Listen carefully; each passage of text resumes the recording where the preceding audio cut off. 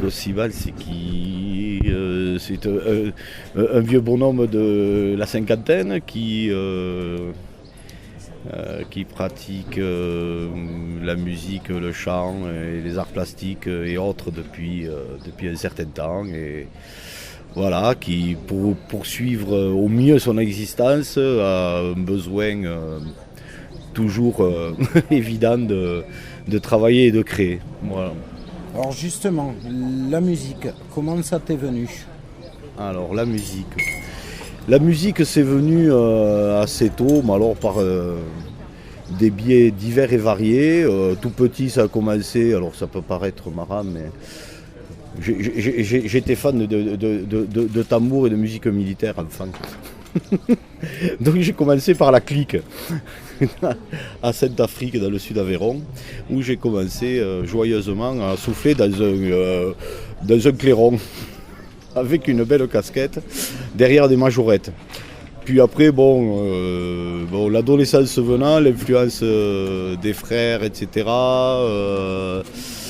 de ce qu'ils écoutaient, donc ça nous renvoie quand même à la fin des années 60. C'est les premiers émois en écoutant Jumpy Jack Flash des Rolling Stones, les Beatles et autres. Et un virage là s'opère et là j'intègre vers 14 ans un groupe du sud d'Aveyron qui s'appelait Émile Rock des Champs et avec lequel je me suis produit pendant presque une bonne petite dizaine d'années. Voilà.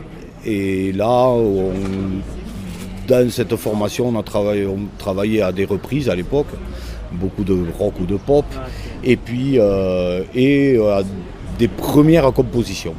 Ça, c'est la première étape vraiment musicale dans la chanson. Alors justement, guitare et chant. Ouais. T'as aussi plutôt guitariste ou plutôt chanteur? Ah, plutôt chanteur. Et disons que la guitare, c'est mon outil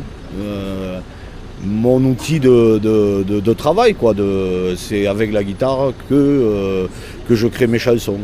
Voilà. Et pour juste revenir sur le terrain, l'historique, après Émile Rock des Champs, parce que c'est important, mon frère était étudiant à Montpellier.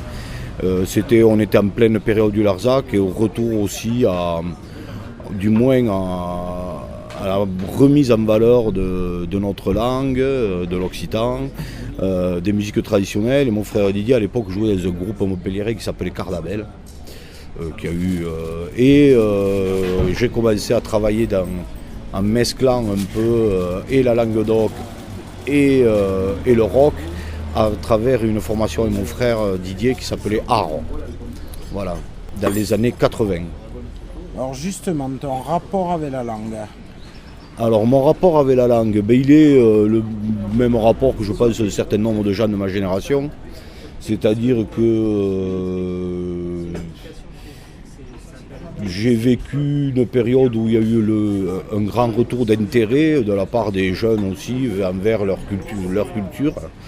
À la fin des années 70, sous l'influence de diverses personnes, mon frère aîné j'en parlais, mais quand même de mes parents évidemment et de mes grands-parents, puisque mes grands-mères parlaient tout à fait journalièrement la langue d'oc.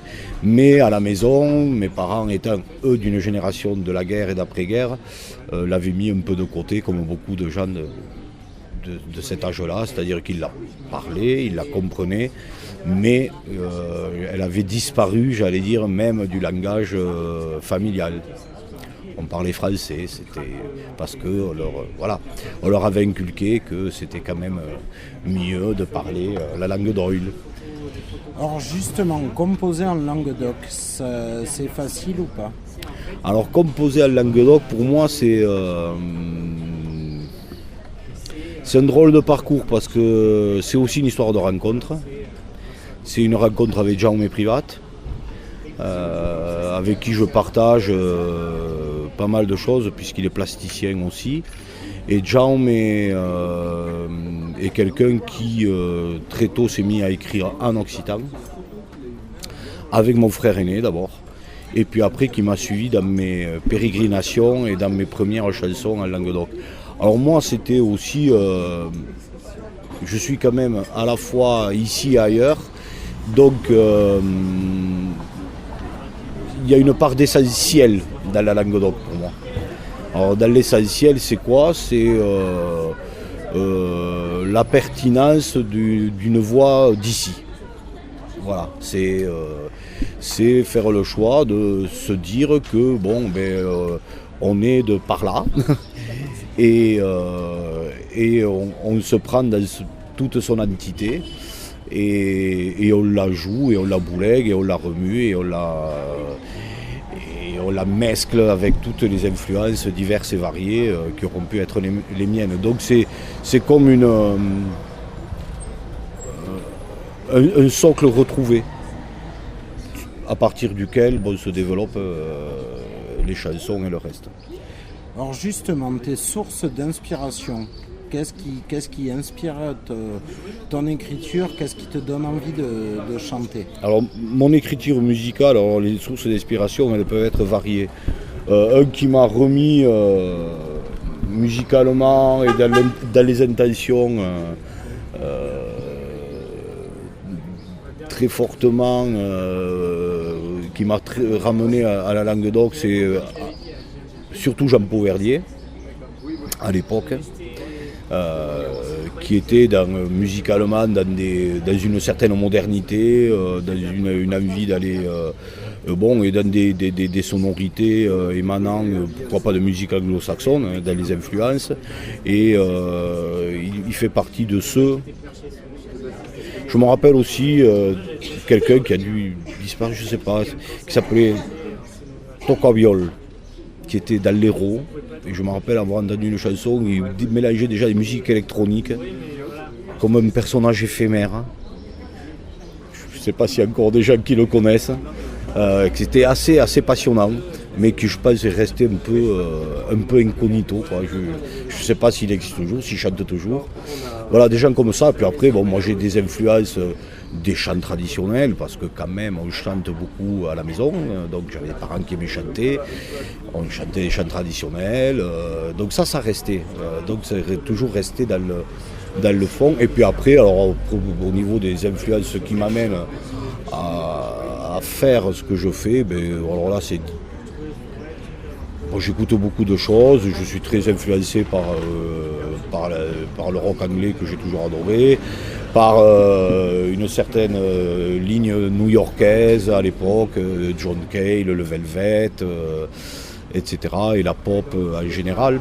Donc voilà, c'est des influences pas vraiment méditerranéennes musicalement. Quoique, après, ce que j'aime bien retrouver dans les musiques traditionnelles, dans ce que je fais, c'est des fois les musiques à base de bourdon, c'est le côté répétitif. Alors là, c'est pareil, là aussi, on peut aller chercher des gens aussi ailleurs, mais bon, j'aime bien aussi Philippe Glass ou des gens comme ça, quoi. Voilà, mais c'est très varié, et puis c'est un besoin essentiel pour moi. Je ne peux pas respirer sans un moment prendre ma guitare et essayer de faire, de traduire des moments d'émotion, etc. par des mélodies, a priori. Et après, souvent, je travaille avec Jaume sur les textes. Alors, tu as parlé du côté justement 70, avec à la fois le côté trad et le côté contest song, comme on dirait en Occitan Blues. Justement, dans les années 70, c'est assez atypique d'avoir ce côté à la fois traditionnel et contest song, parce que les deux milieux avaient plus ou moins la réputation de se faire la guéguerre. Oui, alors mais voilà, mais moi c'est pour ça que j'ai pas envie de rentrer dans une case, et puis je peux pas.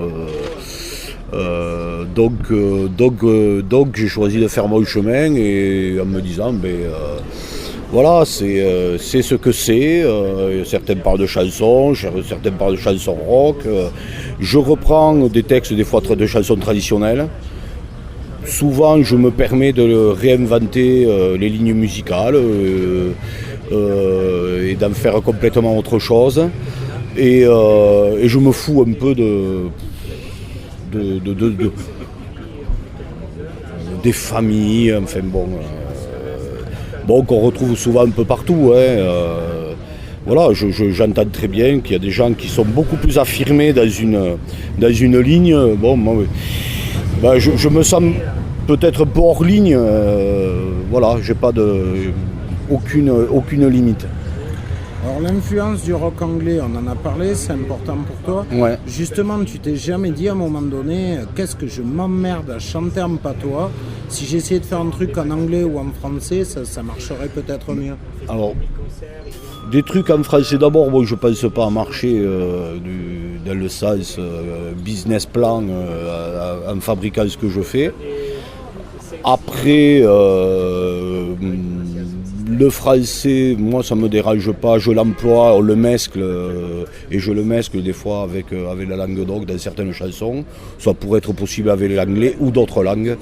Maintenant, comme je le dis souvent, la langue d'oc est magnifiquement une langue de chant, magnifiquement modulable, magnifiquement malléable et c'est un bonheur physique de chanter à Lenga Nostra.